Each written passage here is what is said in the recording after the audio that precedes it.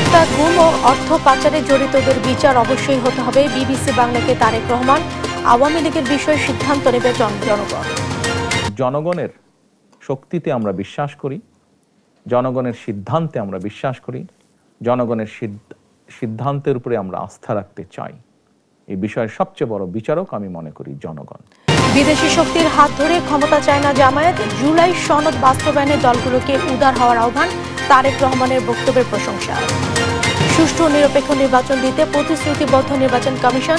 21 লাখ মৃত ভোটার চিহ্নিত। প্রযুক্তির অপব্যবহার রোধে সহায়তা চাইলে সিইসি। জুলাই গণহত্যায় জড়িত প্রত্যেককে বিচারের আওতায় আনা হবে বললেন চিফ প্রসিকিউটর। চলতি সপ্তাহে গুমের কয়েকটি মামলার প্রতিবেদন। ডেঙ্গুতে গত 24 ঘন্টায় আরও 3 জনের মৃত্যু। বেশিরভাগ প্রাণহানি হাসপাতালে ভর্তির কয়েক ঘন্টার মধ্যে মশা নিধন কার্যক্রম বাড়ানোর তাগিদ। এবং বিনা প্রতিদ্বন্দ্বিতায় বিসিবি সভাপতি নির্বাচিত আমিনুল ইসলাম, সহসভাপতি ফারুক আহমদ ও শাখাত হোসেন, পরিচালক হলেন পাইলট। দেখছিলেন শিরোনাম। সংবাদ রাতের সঙ্গে আছি আমি জেসিকা আবেদিন। বিস্তারিত। জুলাই আন্দোলনের কৃতিত্ব কোনো রাজনৈতিক দলের নয়, দেশের জনগণের, এমন মন্তব্য করেছেন বিএনপির ভারপ্রাপ্ত চেয়ারম্যান তারেক রহমান। জানান, আওয়ামী লীগ রাজনীতিতে টিকে থাকবে কিনা সে সিদ্ধান্ত নেবে জনগণ। নির্বাচনের আগেই দেশে ফিরবেন জানিয়ে তিনি বলেন, ফেব্রুয়ারিতেই ভোট হবে, সরকারের এ ঘোষণার আস্থা রয়েছে। প্রায় 2 দশক পর বিবিসি বাংলাকে দেয়া সাক্ষাৎকারে এসব কথা বলেন তারেক রহমান। আরও জানাচ্ছেন সাইফুল রিপন।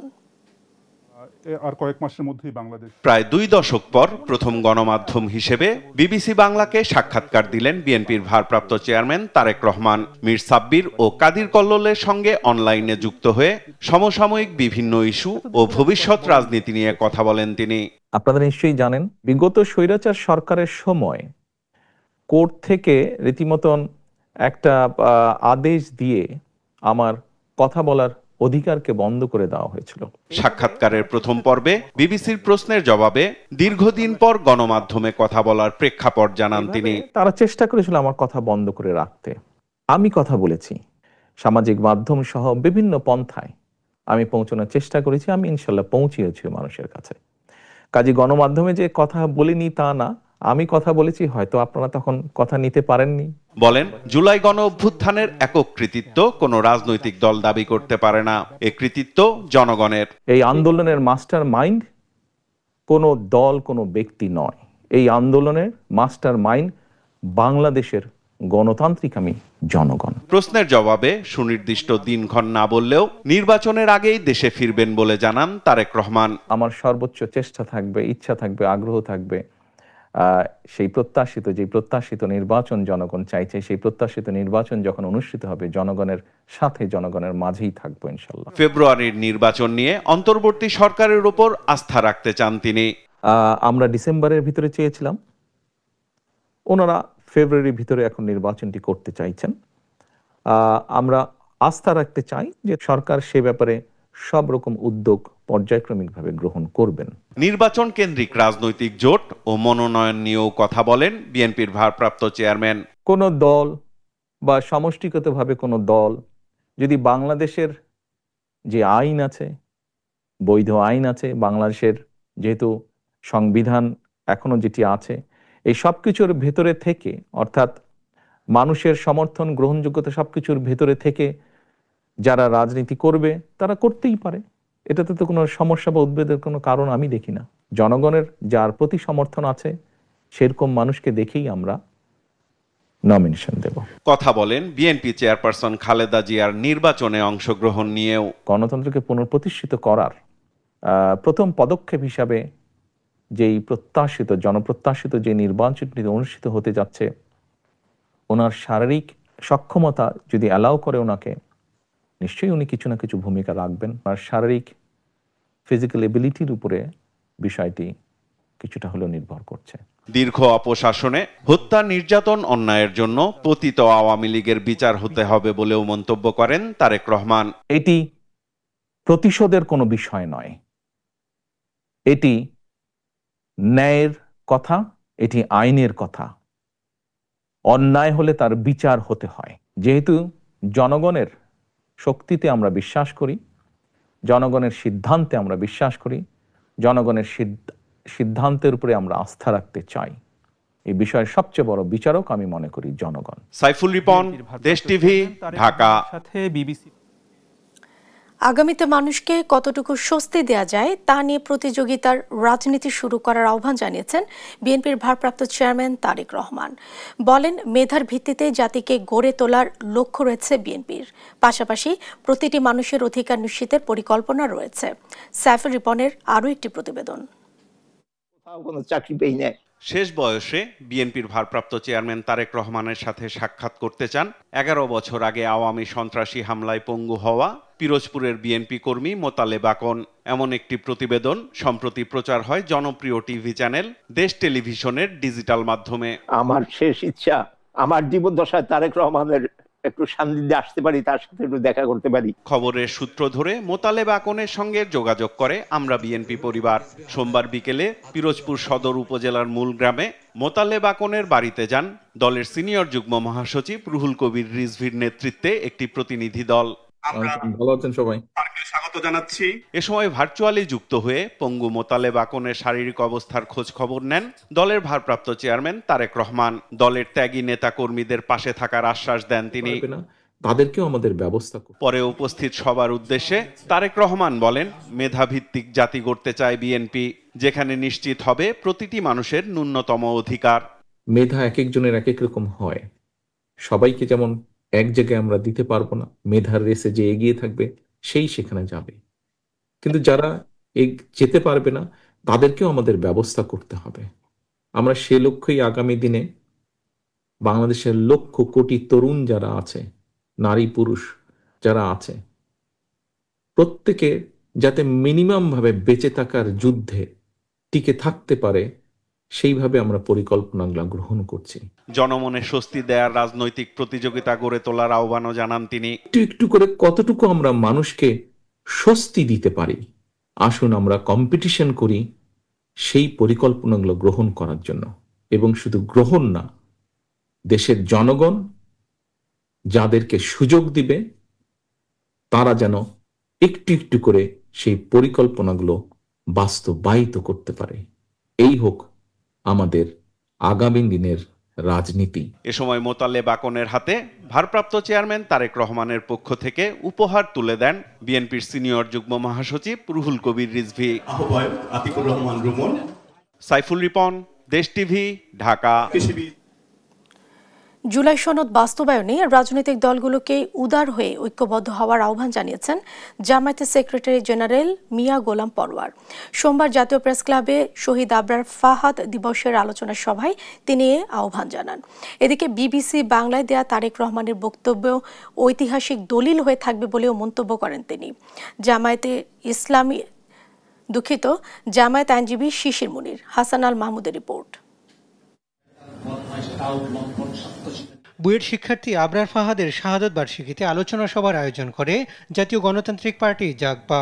এখন যারা সেই দেশটা শাসন করছেন, সভায় জামায়াত ইসলামের সেক্রেটারি জেনারেল মিয়া গোলাম পরওয়ার বলেন, ভারতের জনগণ নয়, আধিপত্য বিস্তারকারীরাই এদেশের শত্রু।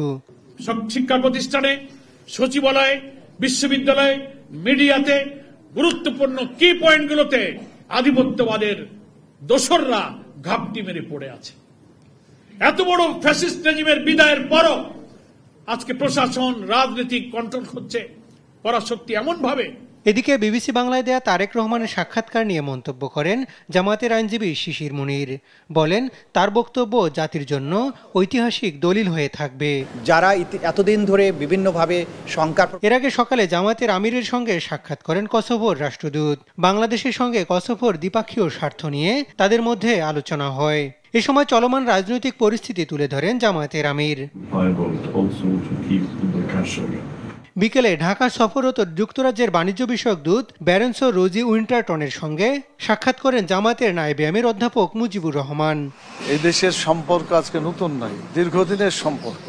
এ সময় জাতীয় নির্বাচন ও জুলাই অভ্যুত্থানে আহতদের পুনর্বাসন নিয়ে আলোচনা হয় বলে জানান জামায়াতের নায়েবে আমির। গত 2024 সালের 5ই আগস্টে যে দ্বিতীয় স্বাধীনতা অর্জিত হয়েছে, বিভিন্নভাবে তাদের উপরে অত্যাচার, নির্যাতন, জুলুম এসেছে। বিভিন্ন দেশ সহযোগিতা করছে।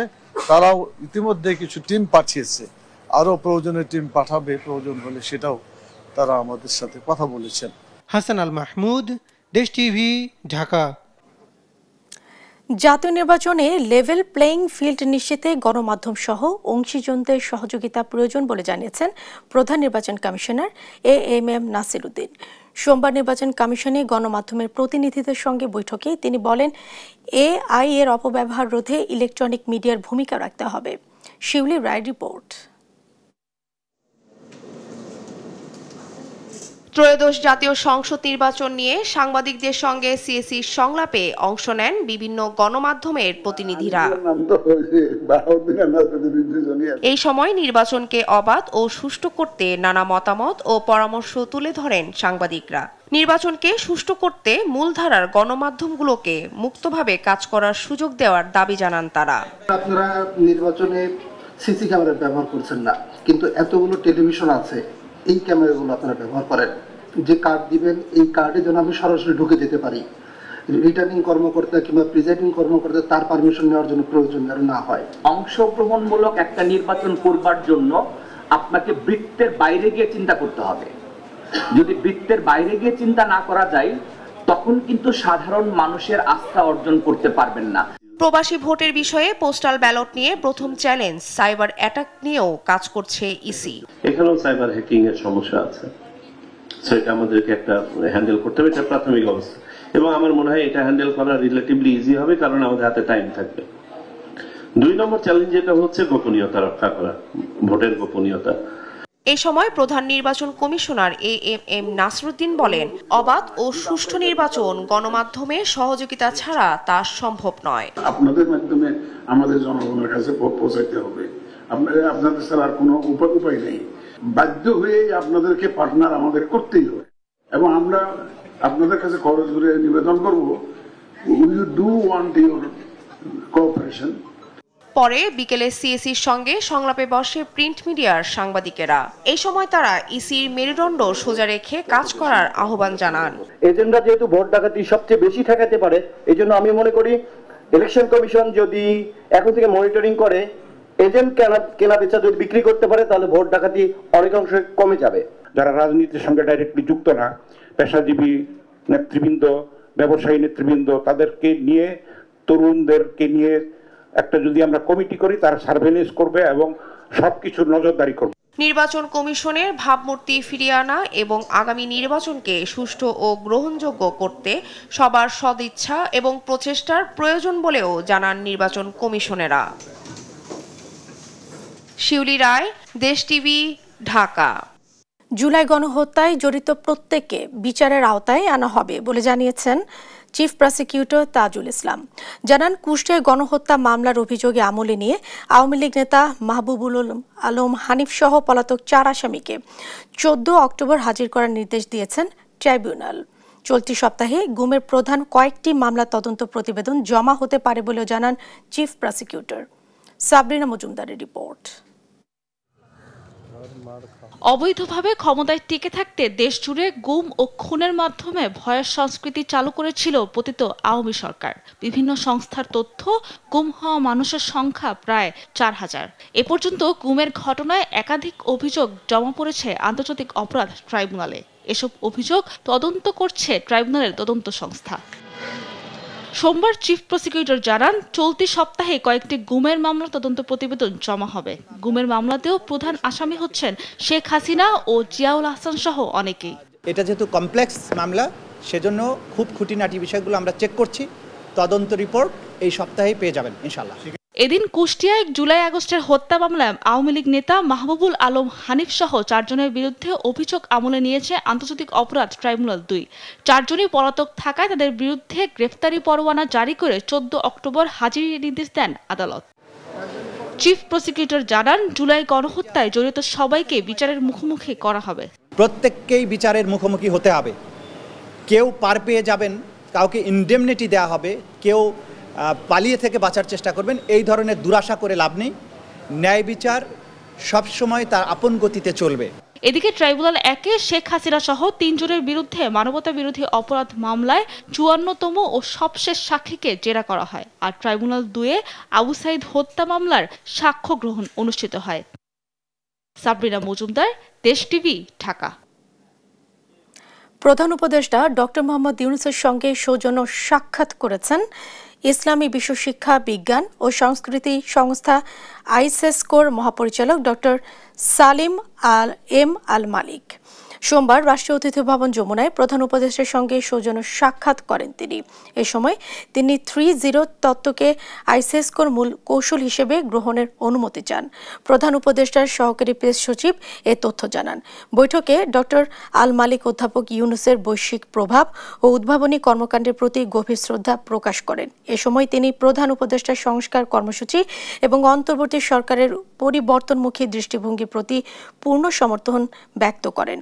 এদিন আন্তর্জাতিক মানবাধিকার সংস্থা FIDH এর সভাপতি অ্যালিস মাগওয়ে প্রধান উপদেষ্টা অধ্যাপক ডক্টর মোহাম্মদ ইউনূসের সঙ্গে সাক্ষাৎ করেছেন। গত 15 বছরে স্বৈর শাসনের প্রসঙ্গ উল্লেখ করে মাগওয়ে জোরপূর্বক গুম এবং ভিন্নমত দমনের বিষয়ে উদ্বেগ প্রকাশ করেন।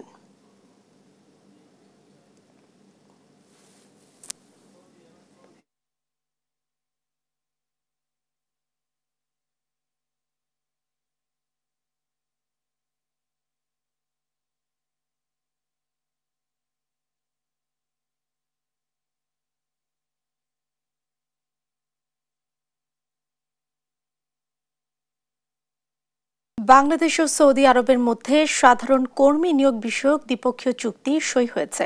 সোমবার রিয়াদে এই চুক্তি সই হয়। বাংলাদেশ সরকারের পক্ষে প্রবাসী কল্যাণ ও বৈদেশিক কর্মসংস্থান উপদেষ্টা আসিফ নজরুল এবং সৌদি আরব সরকারের পক্ষে দেশটির মানব সম্পদ ও সামাজিক উন্নয়ন মন্ত্রী ইঞ্জিনিয়ার আহমেদ বিন সোলাইমান আল রাজি চুক্তিতে সই করেন। সৌদি আরব ও বাংলাদেশের মধ্যে কূটনৈতিক সম্পর্কে 50 বছরের ইতিহাসে এটি প্রথমবারের মতো সাধারণ কর্মী নিয়োগ বিষয়ে আনুষ্ঠানিক চুক্তি।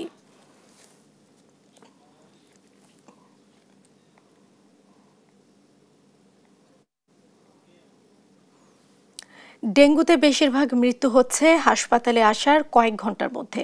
অভ্যন্তরীণ রক্তক্ষরণ ও কিডনি বিকল হয়ে রোগীর মৃত্যু হচ্ছে বলে জানান চিকিৎসকরা। এই অবস্থায় চিকিৎসার পাশাপাশি মশা নিধন কার্যক্রম জোরদারের পরামর্শ বিশেষজ্ঞদের। এদিকে সোমবারও ডেঙ্গুতে নতুন করে 3 জনের মৃত্যু হয়েছে। হাসান আল মাহমুদের রিপোর্ট। মধ্যবাড্ডা থেকে ডিএনসিসি ডেডিকেটেড হাসপাতালে এসেছেন মধ্যবয়সী মোহাম্মদ নাইম। 4 দিনের ডেঙ্গু জ্বরে দাঁড়ানোর শক্তি প্রায় হারিয়ে ফেলেছেন। হাসপাতালে ভর্তি আর পরীক্ষার সময়টুকু কাটালেন চেয়ারে শুয়ে। শুরু থেকে কয়েক দফা স্থানীয় ওষুধের দোকান থেকে ওষুধ খেলেও 2 দিন আগে থেকে অনবরত বমি হচ্ছে। ফার্মেসি থেকে ওষুধ খাওয়াইছে, খাওয়ার পরে কমতেছে না, পরে আমার ফোন দিছে, আমি তারপরে বললাম যে এত রাখা যাবে না, বমির পর বমি হচ্ছে। গেল কয়েকদিনের তুলনায় হাসপাতালে ভিড় বেড়েছে রোগীদের। প্রাপ্তবয়স্কদের সঙ্গে আক্রান্ত হচ্ছেন শিশুরাও। আমার মেয়ের প্রায় 2-3 দিন ধরে এরকম হচ্ছে আর কি, জ্বর, তারপর কান্না করে, খাবার খেতে চাই না। জ্বর ভাব, প্রথম শরীরে একটু ব্যথাও করে, এখন বললাম ডাক্তার আসলাম। হাসপাতাল পরিচালক বলছেন সেখানে মৃত্যু হওয়া 6 জনের মধ্যে 3 জনেরই মৃত্যু হয়েছে ভর্তির 2 ঘন্টার মধ্যে। অধিকাংশ ক্ষেত্রে রোগীর শক সিনড্রোম, কিডনি বিকলের মতো পরিস্থিতি হলে রোগী বাঁচানো যায় না বলে জানান তিনি। যখনই শকে চলে যায় পেশেন্টে কিন্তু অন্যান্য বিভিন্ন ধরনের ইনফেকশন কিংবা অর্গান ফেলিওর থাকে, আমাদের কিডনি ফেলিওর হয়। আর একটা জিনিস খুবই প্রণিধানযোগ্য যে পেশেন্টকে যখন যদি দেখে যে তাদের প্রস্রাবের পরিমাণ অনেক কমে যাচ্ছে কিংবা প্রস্রাব একেবারে বন্ধ হয়ে যাচ্ছে, তাহলে ধরে নিতে হবে যে তার কিডনি ফেলিওরের জন্য যাচ্ছে। এইগুলো যদি ঘটনা ঘটে সেগুলো কিন্তু বাঁচানো কঠিন হয়ে যায়। তবে রোগী বাড়তে থাকলে পরিস্থিতি নিয়ন্ত্রণ অনেকটাই কঠিন হবে বলে মনে করছেন বিশেষজ্ঞরা। আক্রান্তের সংখ্যা না বাড়িয়ে সংক্রমণ প্রতিরোধের পরামর্শ বিশেষজ্ঞদের। যেসব জায়গায় পানি জমা আছে সেগুলো পরিষ্কার পরিচ্ছন্ন করতে হবে। শিক্ষা প্রতিষ্ঠানের ক্ষেত্রে সম্ভব হলে আগের দিন মশা নিয়ন্ত্রণ ব্যবস্থাটাকে জোরদার করা, পরিষ্কার পরিচ্ছন্ন করে তারপরে শিক্ষা প্রতিষ্ঠান যদি খোলা হয়, এবং অফিস আদালতের ক্ষেত্রেও সেই ব্যাপারটি সতর্ক থাকতে হবে। এই অবস্থায় নিয়মিত মশক নিধনে স্থানীয় সরকারের আরও বেশি ভূমিকা নেওয়া দরকার বলে মনে করছেন বিশেষজ্ঞরা। হাসান আল মাহমুদ, দেশ টিভি, ঢাকা। যতই ষড়যন্ত্র হোক, ফেব্রুয়ারিতে জাতীয় নির্বাচন ঠেকানো যাবে না। জনগণ নির্বাচন চায়, নির্বাচন হবেই, এমন মন্তব্য করেছেন বিএনপি চেয়ারপারসনের উপদেষ্টা মুশফিকুর রহমান।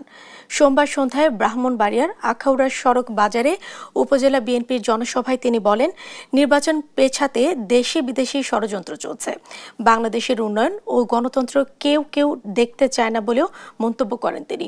বলেন, বিএনপি জনগণের ভোটের অধিকার রক্ষায় আন্দোলন করছে। তারেক রহমান এই সংগ্রামের নেতৃত্ব দিচ্ছেন। সভা শেষে তারেক রহমান ঘোষিত রাষ্ট্র কাঠামো মেরামতের ৩১ দফা লিফলেট বিতরণ করা হয়। জনগণ নির্বাচন চায় এবং নির্বাচন হবে।